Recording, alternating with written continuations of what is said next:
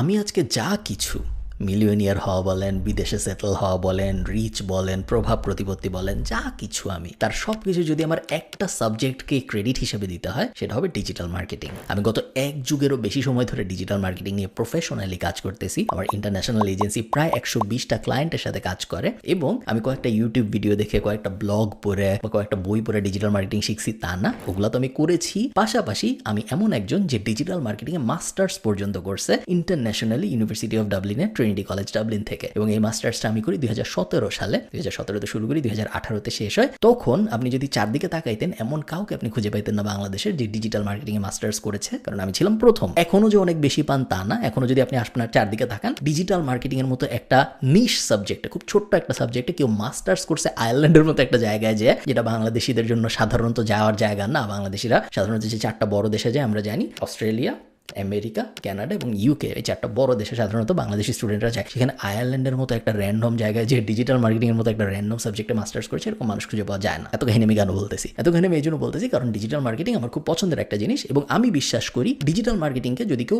Professionally একদম serious হয়ে career হিসেবে নেয় তাহলে সে জীবনে অনেক কিছু করতে পারবে যা তার কল্পনায়ও ছিল না। এবং এটার বাস্তব উদাহরণ হলো আমি নিজে করে করে দেখছি, আমি নিজে এক্সপিরিয়েন্স করছি এবং নিজের জীবন থেকে আমি একদম প্রমাণ সহ বলতে পারি যদি কেউ প্রফেশনালি ডিজিটাল মার্কেটিং শিখে এবং ডিজিটাল মার্কেটিং নিয়ে কাজকর্ম করে তাহলে তার জীবন অনেক কিছুই হওয়া সম্ভব। আজকের এই ভিডিওতে আমরা 6টা স্টেপের কথা বলবো, যে 6টা স্টেপে আপনিও নিজেকে একজন ডিজিটাল মার্কেটিং প্রফেশনাল হিসেবে গড়ে তুলতে পারবেন। চল শুরু করা যায়। এই ভিডিওটা স্পন্সর করেছে হোস্টিঙ্গার। আপনারা যারা জানেন না হোস্টিঙ্গার কি, আমার এই চ্যানেলে একটা ভিডিও আছে 30 মিনিটের ওয়েবসাইট বানানোর, যেখানে আমি হোস্টিঙ্গার ব্যবহার করে একটা ওয়েবসাইট একদম 30 মিনিটের মধ্যে বানায় দেখাইছি। আপনারা চাইলে ওই ভিডিওটা দেখতে পারেন আরো ভালো আইডিয়া পাওয়ার জন্য। দুনিয়ায় অনেক হোস্টিং কোম্পানি আছে, বাট হোস্টিঙ্গার আমার পছন্দ হওয়ার মেইন কারণ হলো আপনি যখন লং টার্মে ওদের কাছ থেকে কিছু কিনেন, 24 মাস বা 36 মাস বা 48 মাসের জন্য, 1 বছরের বেশি যখনই আপনি কিনেন ওদের কাছ থেকে কিছু, তখন যে ডিলটা পাওয়া যায়, স্পেশালি ফ্রি ডোমেইন যখন সাথে পাওয়া যায়, এইটা কম্পেয়ার করি যখন আমি অন্যান্য শেয়ার্ড হোস্টিং কোম্পানির সাথে, খুব ভালো একটা ডিল দেয় আমাকে, যেটা অন্য কোনো কোম্পানি দেয় বলে আমার মনে হয় না। এই মুহূর্তে ইন্টারন্যাশনাল কোনো কোম্পানি দেয় বলে আমার মনে হয় না। সো আপনার ওয়েবসাইট যদি এমন হয় অনেক ছোট, 1 লাখ 2 লাখের বেশি ভিজিটর আসে না, তাহলে অবশ্যই আপনার হোস্টিঙ্গারের দিকে যাওয়া উচিত। হোস্টিঙ্গার আপনাকে ইন্টারন্যাশনাল সার্ভার দিবে, ওদের কাস্টমার সাপোর্ট বেশ ভালো এবং দামের ক্ষেত্রে মেইন বেনিফিটটা আসলে দামের ক্ষেত্রে আমার ধারণা এরকম সিমিলার কোয়ালিটির অন্য কোনো কোম্পানি নাই যারা এরকম ভালো দামে ডোমেইন এবং হোস্টিং দিচ্ছে। হোস্টিঙ্গারের সব বিস্তারিত আমি ডেসক্রিপশনে দিয়ে দিব, উপরে নিচে কোথাও, আপনারা চেক আউট করে দেখতে পারেন। এবং 30 মিনিটের ওয়েবসাইট বানানোর ভিডিওটা যদি আপনি দেখেন তাহলে আপনার কাছে একদম দিনের আলোর মতো পরিষ্কার হয়ে যাবে যে কিছু না জানার থেকে একটা ওয়েবসাইট আসলে কিভাবে বানাইতে হয়। চলুন ভিডিওতে ফেরত যাই। স্টেপ নাম্বার 1, ডিজিটাল মার্কেটিং কি জিনিস এটা বোঝা। আপনি যদি ডিজিটাল মার্কেটিং কি জিনিস এটা নাই বুঝেন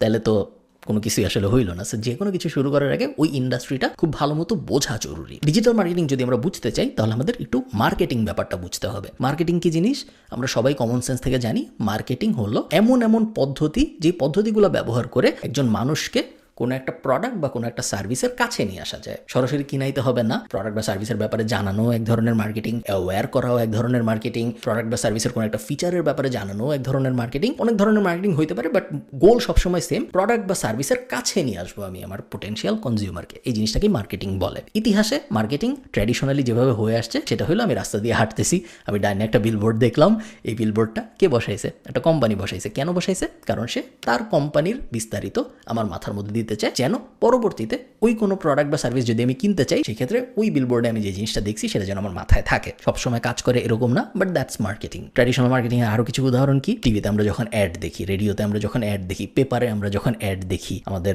আশপাশে যখন আমরা টোস্টার দেখি, এগুলো সবই ট্র্যাডিশনাল মার্কেটিং এর উদাহরণ। বিপিএল যখন কোনো একটা কোম্পানি স্পন্সর করে বা আইপিএল যখন কোনো একটা কোম্পানি স্পন্সর করে, এগুলো সব কিন্তু ট্র্যাডিশনাল মার্কেটিং এর উদাহরণ। 2008-9 এরকম সময় পর্যন্ত ট্র্যাডিশনাল মার্কেটিংই পুরো দুনিয়ায় রাজত্ব করেছে। মার্কেটিং এর জগৎ বলতে আমরা ট্র্যাডিশনাল মার্কেটিং এর জগতই বুঝতাম। আস্তে আস্তে 2008-এর আশপাশে, আগেও হয়েছে, বাট 2008-এর আশপাশে আমরা একটা শিফট দেখতে পাই। সেটা হলো নতুন একটা টপিকের আবির্ভাব, যে টপিকটার নাম ডিজিটাল মার্কেটিং। ডিজিটাল মার্কেটিং কি জিনিস? মার্কেটিং। সো আমার প্রোডাক্ট বা সার্ভিসকে আমি কনজিউমারের কাছে আনার চেষ্টা করব, সেটা ঠিক আছে, বাট ডিজিটালি। ডিজিটাল প্ল্যাটফর্মকে ব্যবহার করে যখন কোনো একটা প্রোডাক্ট বা সার্ভিস কোনো একটা পোটেনশিয়াল কাস্টমারের কাছে নিয়ে যাওয়ার চেষ্টা করা হয়, ওই ব্যাপারটাকে আমরা বলি ডিজিটাল মার্কেটিং। সো বিলবোর্ড না, ফেসবুক অ্যাড, পেপারে অ্যাড না, গুগলে অ্যাড বা অর্গ্যানিক গুগলে এসইও, নর্মালি রেডিওর ভিতরে অ্যাড না, ইউটিউবে যে ভিডিও চলতেছে ওইটার মাঝখানে একটা অ্যাড। সো ডিজিটাল প্ল্যাটফর্ম ব্যবহার করে আমরা যা কনজিউম করি সেই কনজামশনগুলোর কনজিউমের বাংলা হলো উপভোগ করি বা যা আমরা খাই ডিজিটাল প্ল্যাটফর্মে, ওই ডিজিটাল প্ল্যাটফর্মে আমাদের খাওয়ার মাঝখানে যে বিজ্ঞাপনগুলো আসে সেগুলোকে সাধারণত বলে ডিজিটাল মার্কেটিং। কারণ কথা হলো খুব ভালো কথা, ডিজিটাল মার্কেটিং আসছে, ডিজিটালি আমি মানুষজনকে বিভিন্ন ধরনের অ্যাড দেখাচ্ছি। ডিজিটাল মার্কেটিং এ কোম্পানিরা এত আগ্রহী হইলো কেন? অনেকগুলো বড় কারণ আছে যে কারণে আস্তে আস্তে ট্র্যাডিশনাল মার্কেটিং থেকে বড় বড় কোম্পানিরা ডিজিটাল মার্কেটিং এর দিকে আগ্রহী হচ্ছে। 2008-9 থেকে আমরা শিফট দেখতে পাচ্ছিলাম, 2024-25 সালে এসে তো শিফট ভয়ঙ্কর রকম বেশি, এবং এখন 50-50 হয়ে গেছে অনেক ক্ষেত্রে। 50-50 বলতে 50% ট্র্যাডিশনাল মার্কেটিং, 50% ডিজিটাল মার্কেটিংয়ে চলে গেছে প্রায় সব কোম্পানি। অনেক কোম্পানি আছে যারা 100% ডিজিটালও হয়ে গিয়েছে, যারা ট্র্যাডিশনাল মার্কেটিং করে না, এবং এটার কয়েকটা বড় কারণ আছে। এক নাম্বার কারণ হলো ability to target the right person.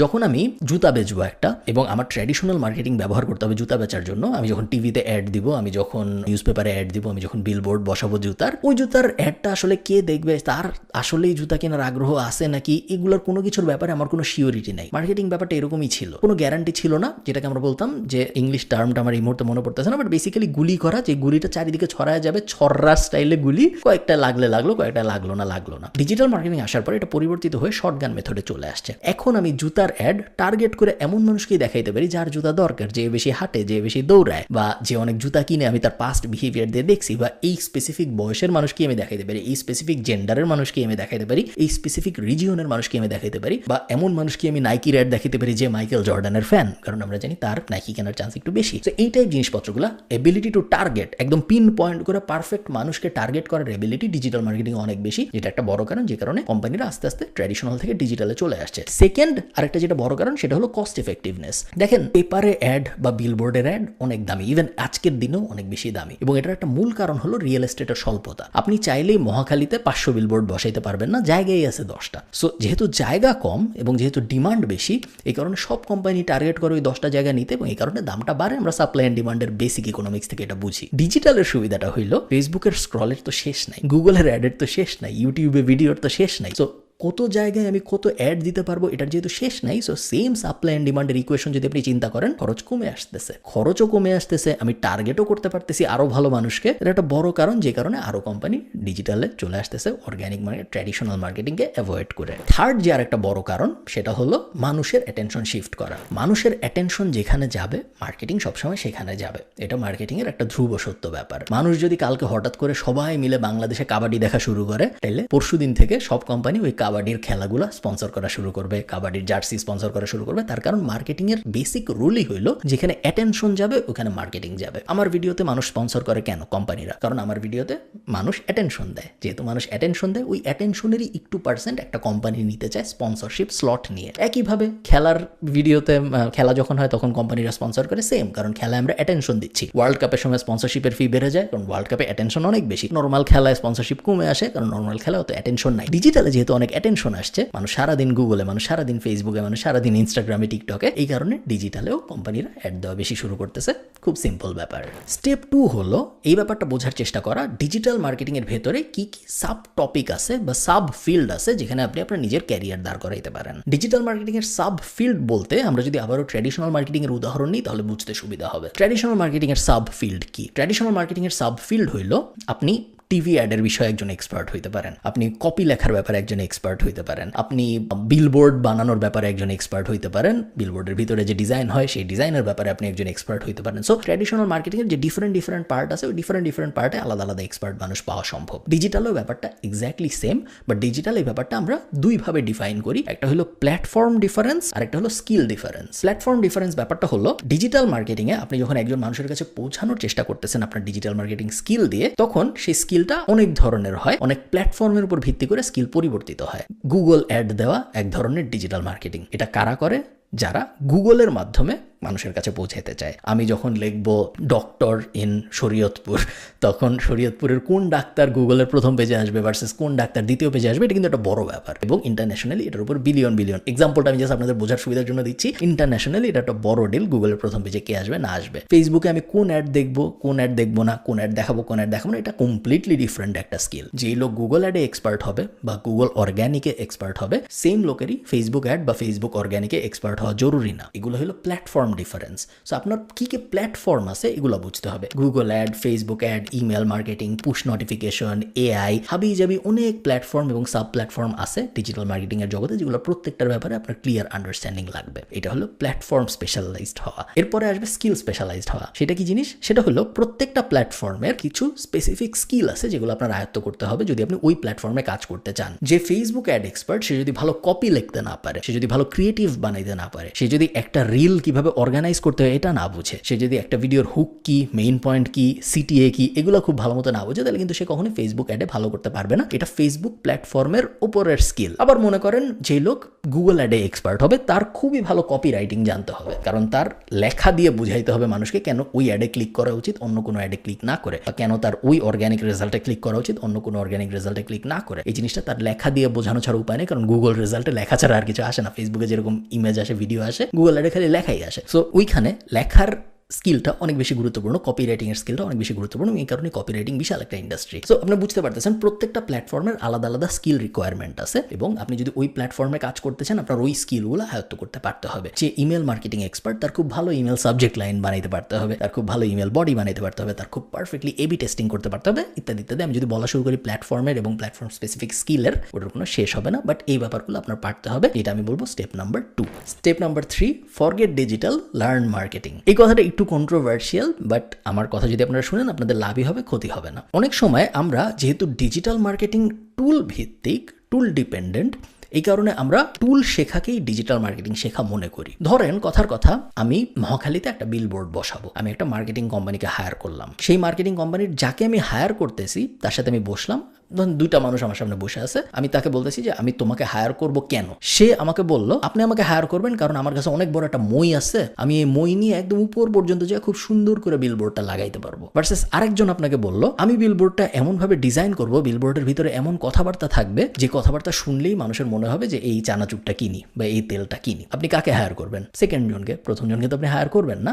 Same জিনিস আপনি যখন ফেসবুক অ্যাডের দুনিয়ায় নিয়ে আসবেন, আপনি ব্যাপারটা একটু চিন্তা করেন। একজন আপনাকে বলল আমি ফেসবুক অ্যাড খুব ভালো বুঝি, আমি টার্গেটিং করতে পারি, আমি ফেসবুক অ্যাড ড্যাশবোর্ড চিনি, ড্যাশবোর্ডের ভিতরে কোনটায় ক্লিক করলে ক্যাম্পেইন কি জিনিস, অ্যাড সেট কি জিনিস, অ্যাড কি জিনিস, এগুলো আমি বুঝি। এটা আপনাকে একজন বললো। আরেকজন বললো ফেসবুক অ্যাডটা আমি এমন ভাবে সাজাবো যেন এই অ্যাডটা পড়লেই আমার আপনার জিনিসটা কিনতে ইচ্ছা করে। সেকেন্ড জনকে হায়ার করার চান্স অনেক বেশি। টুল স্ট্র্যাটেজি হইলো যারা ফার্স্ট জিনিসটা পারে সেকেন্ড জিনিসটা পারে না। অনেক মানুষ আপনি দেখবেন যারা নিজেদের বলে ডিজিটাল মার্কেটিং এক্সপার্ট, বাট তারা আসলে টুলটা বুঝে। তারা আসলে বুঝে যে অ্যাড ম্যানেজার ড্যাশবোর্ডটা কি জিনিস, অ্যাড ম্যানেজার ড্যাশবোর্ডের ভিতরে কোনটা ক্লিক করলে কি হয়, অ্যাড সাজায় কিভাবে, ক্যাম্পেইনের ভিতরে কিভাবে অ্যাড সেট থাকে, অ্যাড সেটের ভিতরে কিভাবে অ্যাড থাকে, অ্যাডভার্টাইজমেন্ট প্লাস ক্যাম্পেইন কি কি, এই ধরনের জিনিসপত্র বেসিক্যালি সে টুলটাও বুঝে, বাট সে স্ট্র্যাটেজিটা বুঝে না, বা অ্যাকচুয়াল মার্কেটিং বুঝে না। আরেকটা উদাহরণ দিই তাহলে আপনার একদমই বুঝতে সুবিধা হয়ে যাবে। আমাদের যখন একটা খুব সুন্দর আর্কিটেকচারাল প্রজেক্ট, মনে করেন পৃথিবীর সবচেয়ে সুন্দর একটা বাড়ি বানাইতে হবে আমাদের, আমরা কিন্তু যে পৃথিবীর সবচেয়ে বড় রাজমিস্ত্রি খুঁজে আনি না যে সবচেয়ে ভালো স্ক্রু ড্রাইভার চালাইতে পারে, কারণ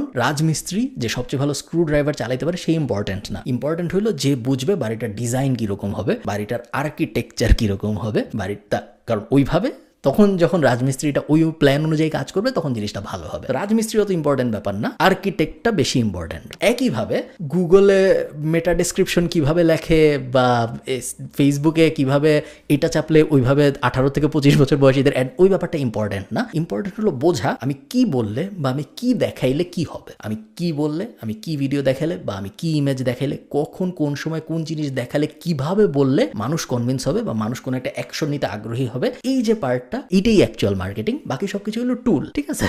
এবং টুল অনেক মানুষই করতে পারে, অনেক মানুষ স্ক্রু ড্রাইভার ঘুরাইতে পারে, বাট টুল কিন্তু মার্কেটিং না। টুল জাস্ট মার্কেটিংকে পাওয়ারফুল করার একটা উপায় বা মার্কেটিংকে কাজ করানোর একটা উপায়। ফোর্থ, আপনি যখন মোটামুটি 2টা বা 3টা মার্কেটিংয়ের সাব ফিল্ডে মোটামুটি লেভেলের নলেজেবল মানুষ হয়ে যাবেন। মনে করেন মার্কেটিংয়ের সাব ফিল্ডে অনেক কিছু আছে, আমি পিক করলাম যে আমি ইমেল মার্কেটিং শিখবো 1, আমি ইউটিউব মার্কেটিং শিখবো 2, এবং ধরেন আমি টিকটক অ্যাডস শিখবো 3। এই 3টা আমি ঠিক করলাম আমি শিখবো। কোনো কিছু শিখে কিভাবে, এটা নিয়ে আমার খুব ডিটেল একটা ভিডিও আছে, ওই ভিডিওটা দেখে আমি ওই ব্যাপারগুলো শিখে ফেলবো। ওই 3টা শেখার পরের স্টেপটা জরুরি। শেখার পরের স্টেপটা হলো হয় work for someone for free, এমন কাউকে খুঁজে বের করেন যে আপনাকে ফ্রিতে কাজ করতে দিবে, এটা একটা অপশন। সেকেন্ড অপশন হলো বিল্ড ইউর ওন প্রজেক্ট। কেউ যদি আপনাকে এমন না থাকে যে আপনাকে ফ্রিতে কাজ করার সুযোগ দিচ্ছে তার কোম্পানিতে, সেই ক্ষেত্রে আপনার নিজেরই করতে হবে, নিজেরই একটা সাইড বিজনেস দাঁড় করাইতে হবে, নিজেরই একটা সাইড প্রজেক্ট দাঁড় করাইতে হবে, এবং তারপরে আপনি যে স্কিলগুলো শিখছেন সেই স্কিলগুলো অ্যাপ্লাই অ্যাপ্লাই করতে হবে নিজের সাইড প্রজেক্টে। এবং এতে করে যেটা হবে সেটা হলো আপনার একটা পোর্টফোলিও ক্রিয়েট হবে। আপনি মানুষকে বলতে পারবেন যে ভাই আমি যে শিখছি এটা জাস্ট আমি বলতেছি না, এই হইলো প্রমাণ যেটা দেখে আপনি বিশ্বাস করবেন আমি শিখছি। অনেক মানুষ আছে যারা বলে যে সে পারে, তাদের মনেও হয় তারা পারে, বাট তারা আসলে দেখাইতে পারে না যে তারা পারে। আপনি ওই ব্যাপারটা করবেন না, আপনি দেখাইতে যেন পারেন এইটার জন্য যতটুকু কষ্ট করা লাগে আপনি করবেন, কারণ দেখাইতে না পারলে মুখের কথার কোনো মূল্য নেই। স্টেপ নাম্বার 5, এখন আপনার দেখানোর মতো জিনিস আছে। যেহেতু এখন আপনার দেখানোর মতো জিনিস আছে, এখন আমরা চলে যাব দুইটা জায়গায়, এক ট্র্যাডিশনাল জব মার্কেটে এবং সেকেন্ড ফ্রিল্যান্স মার্কেট প্লেসে। ট্র্যাডিশনাল জব মার্কেট বলতে আমি মেইনলি বোঝাচ্ছি LinkedIn jobs, BD jobs, we work remotely, এই সব জায়গায়। এবং বাংলাদেশিগুলাও যত আপনি অ্যাপ্লাই করবেন একই সাথে আপনি ইন্টারন্যাশনাল রিমোটগুলাও অ্যাপ্লাই করবেন, তার কারণ দুইটা সেমই, কোনো ডিফারেন্স নাই। ডিজিটাল মার্কেটিং এমন একটা স্কিল যেটা লোকেশন ডিপেন্ডেন্ট না। এমন না যে বাংলাদেশের মানুষ আমেরিকায় ডিজিটাল মার্কেটিং করতে পারবে না, এরকম না ব্যাপারটা, পুরো দুনিয়ায় আপনি কাজ করতে পারবেন। সো আমি চাই আপনি বিডি জবস টাইপ বাংলাদেশি বা লিঙ্কডইন জবস বাংলাদেশি যেসব জব পোর্টাল আছে সেগুলোতে তো আপনি চোখ রাখবেনই, একই সাথে ইন্টারন্যাশনাল যেসব রিমোট জব পোর্টাল আছে, এই মুহূর্তে আমার সব কটা মনে পড়তেছে না, বাট রিমোট ওকে একটা, উই ওয়ার্ক রিমোটলি একটা, আবি যাবি অনেক কিছু আছে, ওগুলো সব কটায় আপনি চোখ রাখবেন। কারণ আপনার এখন গোল হইলো রিমোট ওয়ার্ক খুঁজে বের করা ওই 3টা সাব ক্যাটাগরির উপরে, অথবা আপওয়ার্ক বা ফাইবারে, যে এই দুইটাই, অন্য কোনো মার্কেট প্লেস না, আপওয়ার্ক বা ফাইবারে যে ফ্রিল্যান্স কাজ জোগাড় করা। এই জিনিস আপনি করবেন 2 থেকে 5 বছর। 2 থেকে 5 বছর আমি চাই আপনি কাজ করেন, হয় ইন আ জব দেশে, অথবা ইন আ জব বিদেশে রিমোটলি, অথবা অ্যাজ আ ফ্রিল্যান্সার। 3ভাবে যেভাবেই আপনি করেন কোনো সমস্যা নেই, 3টার মিক্স করলেও কোনো সমস্যা নেই। কাজও করি, ফ্রিল্যান্সিংও করি, যেভাবেই আপনি সাজাতে যান করেন, বাট আমি চাই আপনি অ্যাটলিস্ট 3, 4, 5 এরকম বছর কাজ করেন অন্য কারো জন্য। এবং তারপরে ফাইনালি 5 বছর পরে আপনি যে কাজটা করবেন সেটা হলো আপনি এতদিন ধরে যে স্কিল শিখছেন প্লাস এতদিন ধরে আপনার যে কাজের এক্সপিরিয়েন্স হয়েছে, দুইটা মিলায়ে আপনি কি বিজনেস দাঁড় করানো যায় এটা নিয়ে প্ল্যান করা শুরু করবেন। কারণ দিন শেষে আপনার ফাইন্যান্সিয়াল ফ্রিডমটা তখনই আসবে যখন আপনি নিজের বিজনেস শুরু করবেন। যতদিন পর্যন্ত আপনি অন্যের জন্য কাজ করবেন কখনোই আপনি ফাইন্যান্সিয়ালি ফ্রি হতে পারবেন না, সবসময় আপনার অন্য আরেকজনের উপর ডিপেন্ডেন্ট থাকতে হবে। এই 6টা স্টেপ যদি আপনি ফলো করতে পারেন তাহলে আমার ধারণা আপনি খুবই ভালো একজন ডিজিটাল মার্কেটিং প্রফেশনাল হয়ে নিজের ক্যারিয়ার দাঁড় করে দিতে পারবেন। কয়েকটা অ্যাডিশনাল স্টেপ আমি বলে দিই যেগুলো যদি আপনি করতে পারেন তাহলে খুবই ভালো, বাট করা জরুরি এরকম না, না করেও সম্ভব। একটা, see if you can do a masters in digital marketing, and যদি আপনি এমন হয়ে থাকেন যার ব্যাচেলর লেভেল এখনো শুরু হয় নাই এবং আপনার পরিকল্পনা আপনি ডিজিটাল মার্কেটিংয়ে মাস্টার্স করবেন, তাহলে আপনার ব্যাচেলর অবশ্যই মার্কেটিংয়ে হওয়া উচিত, যেটা আমার ছিল। আমার ব্যাচেলর ছিল মার্কেটিং এবং হিউম্যান রিসোর্সে, পরে আমি মাস্টার্স করেছি ডিজিটাল মার্কেটিংয়ে। তো এটা একটা মেজর ব্যাপার যেটা আপনাকে অন্যদের থেকে অনেক আলাদা করে দিবে। সেকেন্ড, ইংলিশ স্পিকিং ক্যাপাবিলিটি খুব বেশি ইম্পর্টেন্ট। তার কারণ আপনি যখন ইন্টারন্যাশনালি কাজ করবেন, ইংলিশ শুধু ক্লায়েন্টের কথা বুঝতে পারার জন্য না, মার্কেটিংয়ের দুনিয়ায় ইংলিশ আপনি যখন বুঝাবেন, আপনি যখন অ্যাড সাজাবেন, আপনি যখন ক্যাম্পেইন সাজাবেন, কিভাবে কথা বললে আপনার অ্যাডটা যে দেখতেছে সে পারসিউড হবে, তার ওই জিনিসটার প্রতি আগ্রহ বাড়বে, এটা বোঝার জন্য ভালো ইংলিশ জরুরি। শুধু কনভারসেশনাল ইংলিশ দিয়ে এটা করাটা কঠিন অনেক সময়, যে আই ফাইন ইউ গো, ওই টাইপ জিনিস দিয়ে এটা করা যায় না। ক্লায়েন্টের সাথে হয়তো কথাবার্তা বলা যায়, বাট অ্যাকচুয়াল মার্কেটিং করা যায় না, কারণ এটা আরও বেশি কম্পিটিটিভ। তো ইংলিশের ব্যাপারটা একটু মাথায় রাখবেন।